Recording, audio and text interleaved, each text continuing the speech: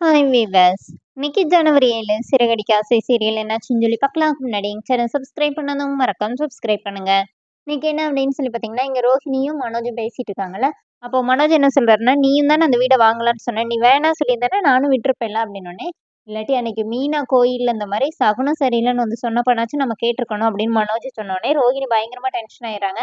ஆமா, எல்லாத்துக்கும் நான் தான் காரணம், அவன் நல்லவன் நான் கெட்டவாயிட்டேன்ல அப்படி சொல்லிட்டு கோவத்துல கத்துறாங்க. அப்புறமா மனோஜ் வந்து அந்த பணத்த எப்படினாச்சும் நம்ம இது பண்ணணும்ல. பேசாம உங்க அப்பா கிட்ட கேட்குறியான்னோனே, "ஏன் மனோஜ் இந்த மாரி பேசுற? எங்க அப்பாவே ஜெயில்ல இருக்கிறாரு. அப்புறம் பணத்துக்காக மட்டும் தான் அவர்ட்ட பேசுறோம்ன்னு தப்பா நினைக்க மாட்டாரா?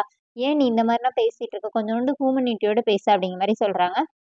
இங்க என்ன ஆகுதுன்னா, அந்த சிந்தாமணி வந்து அந்த நடிகர் வீட்டுக்கு போயி, அவங்க தங்கச்சிக்கு மேரேஜ்ன்னு சொல்லி இந்த மாரி ஆர்டர் கேட்குறாங்க. டெக்கரேஷன் ஆர்டர் கேட்குறாங்க.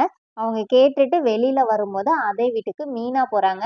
மீனாவ பார்த்தோனே அவங்க வெளியில வெயிட் பண்ணிட்டு இருக்காங்க. இப்ப மீனா உள்ள போய் இந்த மாரி "இந்த தெருவுல தான் நான் பூ குடுக்க வரேன். அதனால உங்க வீட்டுக்கும் குடுக்கட்டா?" அப்படின்னு சொல்லி கேட்குறாங்க. இவர் தான் அந்த கண்ணனுக்கு தெரிஞ்சவரு. அப்ப மீனா போனோனே அவர் நல்லா பேசுறாரு. சரின்னு சொல்லிட்டு மீனா வெளியில வரும்போது, சிந்தாமணி மறுபடியும் வந்து மீனா கிட்ட வம்பு இழுக்குறாங்க. இந்த மாரி அது எப்படி நான் போற இடத்துக்குலாம் என் பின்னாடியே வருவ? இவங்க வீட்ல கல்யாணம் இருக்குன்னு சொல்லிட்டு நீங்க வருவீங்களான்னோனே, ஓ! இவங்க வீட்ல கல்யாணம் இருக்கா? இது எனக்கு தெரியவே தெரியாது. ரொம்ப தேங்க்ஸ் சொல்லிட்டு மீனா மறுபடியும் உள்ள போயி, அவர்கிட்ட போய் பேசிட்டு வெளியில வந்துடுறாங்க.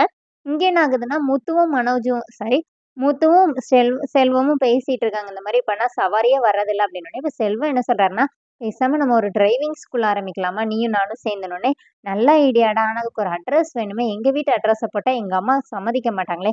சரி இரு எல்லாத்துக்கும் ஒரு நேரம் வரும். அதுவரைக்கும் பொறுமையா இருக்கலாம்னு சொல்லிட்டு 2 பேருமா பேசிட்டு இருக்காங்க. அவங்க அப்படி பேசிட்டு இருக்கும்போதே அங்க மீனா வந்துடுறாங்க. மீனா வந்தோனே மீனா கிட்ட இந்த விஷயத்த பத்தி சொல்றாங்க. அப்ப மீனா நல்ல விஷயம் தானங்க. பேசாம எங்க வீட்டு அட்ரஸ் போட்டு ஆரம்பிச்சிடலாமா அப்படின்னு கேட்கும்போது, இல்ல இல்ல அது ரொம்ப தூரம். அது இல்லாம வாடகை வீடு. நம்ம வீட்ல வந்து நேரம் பார்த்து பேசலாம் அப்படிங்கிற மாரி சொல்லிட்டு இருக்கும்போதே, மீனா வந்து அந்த நடிகர் வீட்டுக்கு போனது எல்லாத்தையும் சொல்றாங்க முத்துக்கிட்ட. முத்து என்ன சொல்றாருன்னா, "நீ கண்ணன பத்தி எதனாச்சும் விசாரிச்சு பார்த்தியான்னோனே" நான் எப்படி போய் கேட்கறதுன்னோனே, "இல்ல அடுத்த வாட்டி நீ பூ கொண்டு போகும்போது என்னையும் கூட்டிட்டு போ. நான் வந்து அங்க விசாரிக்கிறேன்" அப்படின்னு முத்து சொல்லிர்றாரு. சரின்னு சொல்லிர்றாங்க.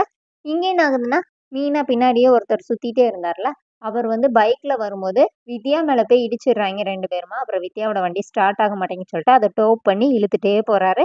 2 பேருமா சேர்ந்து இழுத்துட்டு போறாங்க. அப்ப ரோட்ல இருக்கவங்க "பாத்தியாடா, இவன் போய் வேணும்னே வண்டி இடிக்க வச்சு, இப்ப அந்த வண்டிய டோ பண்ணி இழுத்துட்டு போறான். அந்த பொண்ணையும் கரெக்ட் பண்ணிருவானோனே" வித்யா முறைக்கிறாங்க. "இல்லங்க, இல்லங்க நான் அப்படிலாம் இல்லங்க" அப்படி சொல்லிட்டு அவர் சொல்றாரு. இங்க வீட்ல என்ன ஆகுதுன்னா, மனோஜும், ரோஹிணியும் வந்தோனே, இப்ப விஜயா கேட்குறாங்க, "இந்த மாரி உங்க அப்பா கிட்ட பேசுனியா? என்ன காச உடனே ரெடி பண்ணுங்க." அப்படிங்கிற மாரி பேசிட்டு இருக்கும்போதே முத்து வந்துர்றாரு. இப்ப முத்து, மீனாவும் அண்ணாமலை கிட்ட சொல்றாங்க இந்த மாரி.